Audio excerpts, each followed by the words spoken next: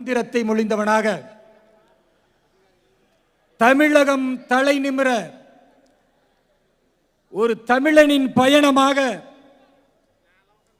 பாரதிய ஜனதா கட்சியின் மாநில தலைவர், மக்களின் நாயகன், தமிழக அரசியலில் 2026இல்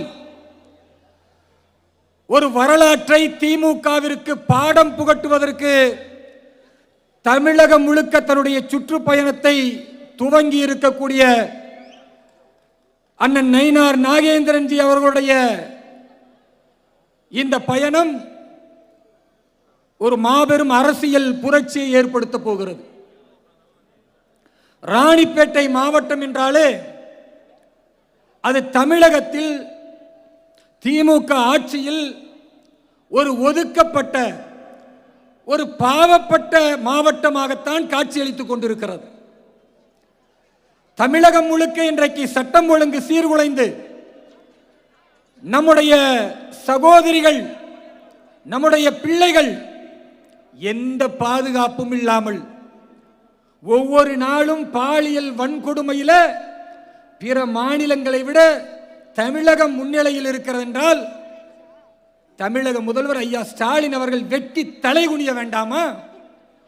எங்கு பார்த்தாலும் கஞ்சா புழக்கம், எங்கு பார்த்தாலும் போதை மருந்துகளின் புழக்கம், அதனால் கொலைகளும் கொள்ளைகளும் சாதாரணமாக நடக்கிறது என்றால் தமிழக முதல்வர் ஐயா ஸ்டாலின் வெட்டி தலைகுனிய வேண்டாமா? தமிழகம் நம்பர் 1 எதில் தெரியுமா? சாராயத்தை விற்று மக்களை எல்லாம் போதை உருவாக்கக்கூடியவர்களாக மாற்றி 50,000 கோடி ரூபாய்களை வசூல் செய்வதில் தமிழகம் நம்பர் 1 என்று தமிழகத்தின் முதல்வர் ஐயா ஸ்டாலின் சொல்லுகிறாரு. வெற்றி தலைகுனிய வேண்டாமா? இப்படிப்பட்ட மோசமான இந்த நாசகர திமுகவை வேரோடும் வேரடி மண்ணோடும் தூக்கி எறிவதற்கு இந்த காவிப்படை தயாராக இருக்கிறது.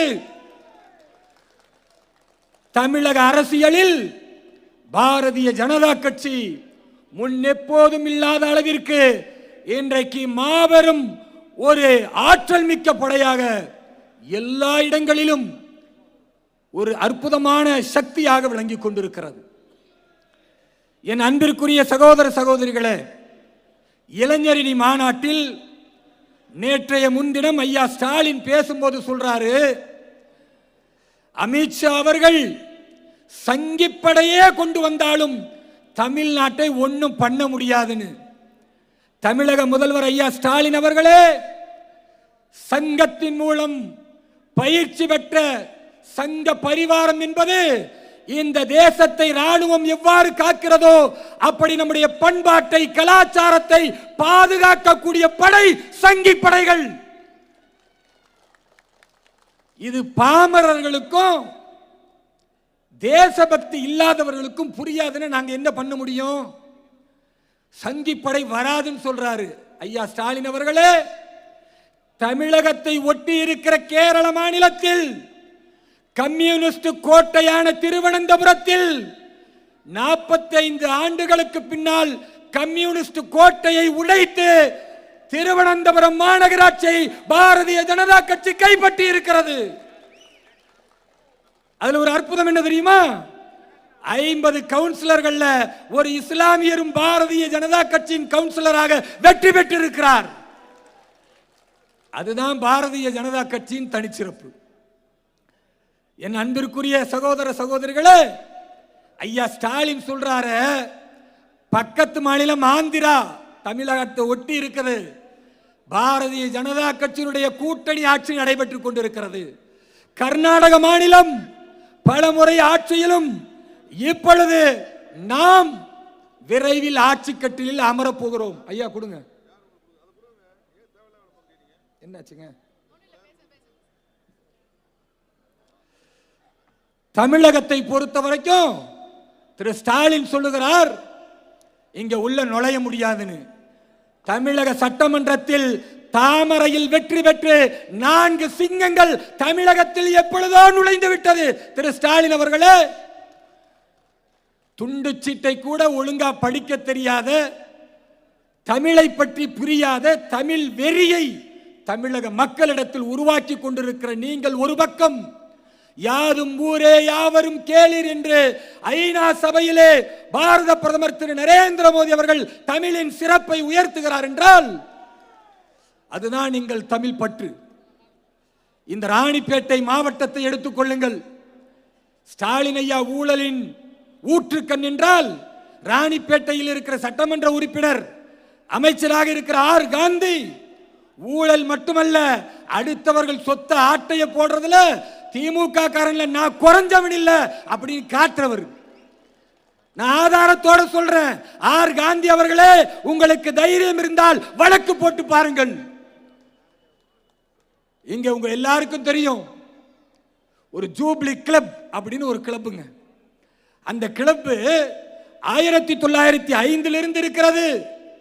அந்த இடத்தை இதே அமைச்சர் ஆர் காந்தியுடைய மனைவி பெயரில் ஒரு போலி பட்டாவை தயார் செய்து 12 கோடி ரூபாய் சொத்தை ஏமாற்றி சூறையாடி வைத்துக் கொண்டிருக்கிறார். பாதிக்கப்பட்டவர்கள் நீதிமன்றத்துக்கு போறாங்க. இதே ராணிப்பேட்டையில் சட்டமன்ற உறுப்பினராக இருந்த ஆர் காந்தியை தோற்கடித்த அண்ணா திராவிட முன்னேற்ற கழகத்தினுடைய எம்எல்ஏவாக இருக்கிற சந்திரசேகர் அவர்கள் ஆர் காந்தியை எதிர்த்து நீதிமன்றத்திற்கு போகிறார். 10 நாட்களுக்கு முன்னால் நீதிமன்றம் ஒரு தீர்ப்பு சொல்லி இருக்கிறது. ஆர் காந்தி அவர்களுடைய மனைவி அடுத்தவருடைய சொத்தை ஏமாற்றி அபகரித்து போலி பட்டா போட்டு வைத்திருக்கிறார். உடனடியாக பட்டாவை வருவாய்த்துறையினர் கேன்சல் பண்ணி சம்பந்தப்பட்டவர்கள்ட்ட ஒப்படைக்கணும்னு இன்றைக்கு தீர்ப்பு வந்திருக்கிறது. என்றால் அமைச்சராக இருந்து கொண்டு மக்களுடைய வரி பணத்தை திருடி திங்கக்கூடிய ஆர் காந்தி அவர்களே, ஊழல் செய்யக்கூடிய ஆர் காந்தி அவர்களே, ஒரு பெண்கள் முன்னேற்றத்திற்காக கொடுத்த இடத்தை உங்க பொண்டாட்டி பேர்ல பட்டா போட துணிந்திருக்கிறீர்கள் என்றால் உங்களை தூக்கி எறிய இந்த ராணிப்பேட்டை சட்டமன்ற மக்கள் தயாராகி விட்டார்கள். இன்னொரு கொடுமை பாருங்க. இவர்கள் வாய்களையே பேசுவார்கள், தமிழ் மக்களுக்காக உழைக்கிறோம்.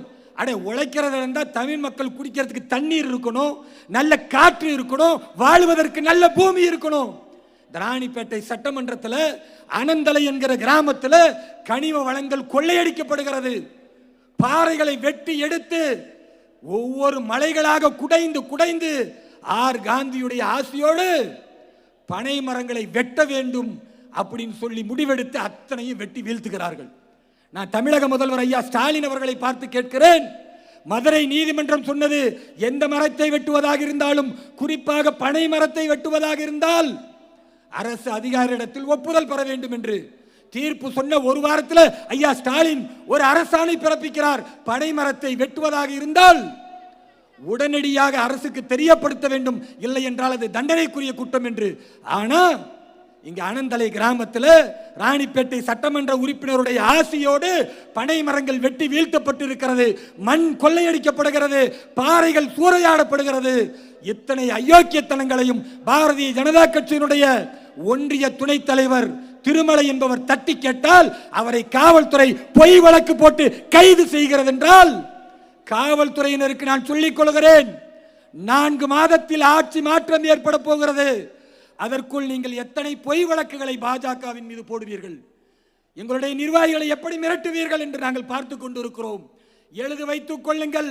காவல்துறையை ஏவல் துறையாக மாற்றிக் கொண்டிருக்கிற இந்த சூழல் மாறி சட்டத்தின் அடிப்படையில் காவல்துறை நடவடிக்கை எடுக்கக்கூடிய நிலையை 2026 ஆட்சி மாற்றத்தில் அண்ணன் எடப்பாடியார் தலைமையிலே இங்கு ஆட்சி அமைக்கும் பொழுது நிச்சயம் நடந்தேறும். அப்ப கனிம வளங்கள் கொள்ள, அடுத்தவருடைய சொத்துக்கள் கொள்ள, அதெல்லாம் விட கொடுமை ஏழைகளுக்கு பொங்கலுக்கு தர சாதாரண வேட்டி சட்டங்க.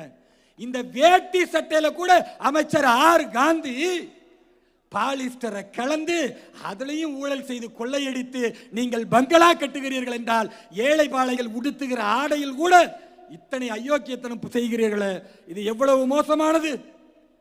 என் அன்பிற்குரிய சகோதர சகோதரிகளே, இப்படிப்பட்ட ஊழல் பெருச்சாலியாக இந்த ராணிப்பேட்டை சட்டமன்ற உறுப்பினராக இருக்கிற ஆர் காந்தியையும், இந்த ஊழல் ஊற்று கண்களை உருவாக்குகிற தமிழகத்தின் முதல்வராக பொறுப்பு வகிக்கிற ஐயா ஸ்டாலின் அவர்களையும் இதுதான் திமுகவின் இறுதி ஆட்சி என்று சாவுமணி அடித்து இந்த ஆட்சியை தூக்கி எறிந்து தேசிய ஜனநாயக கூட்டணியுடைய ஆட்சியை பாரத சர்க்கார் என்ஜின் இரட்டை இன்ஜின் என்று சொல்லக்கூடிய மத்திய ஆட்சியையும் மாநிலத்தினுடைய தேசிய ஜனநாயக கூட்டணி ஆட்சியையும் சேர்த்து முன்னேற்ற பாதையில் கொண்டு செல்வோம்.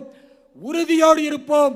2026 தேசிய ஜனநாயக கூட்டணியின் முதல் வெற்றியை நாமல் பேசிக் கொண்டிருக்கிற இந்த ராணிப்பேட்டை சட்டமன்ற தொகுதியிலிருந்து துவக்குவோம் என்று கூறி வாய்ப்புக்கு நன்றி கூறி விடைபெறுகிறேன். எல்லா புகழும் இறைவனுக்கு.